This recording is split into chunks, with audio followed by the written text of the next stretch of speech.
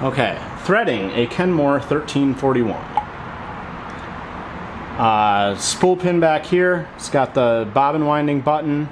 Thread goes under the bobbin winding button and through this guide around the tensioner, and then the spring you want to tug up so that the thread comes up behind this finger, stays under the spring, goes into this thread guide,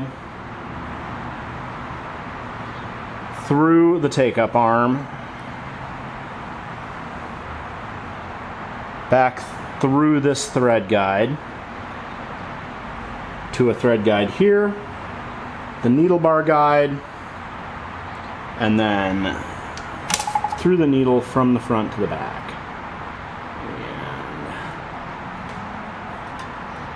And there's my cheater.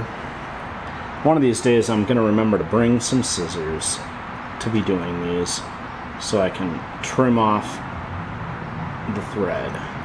But cheater, threaded front to back.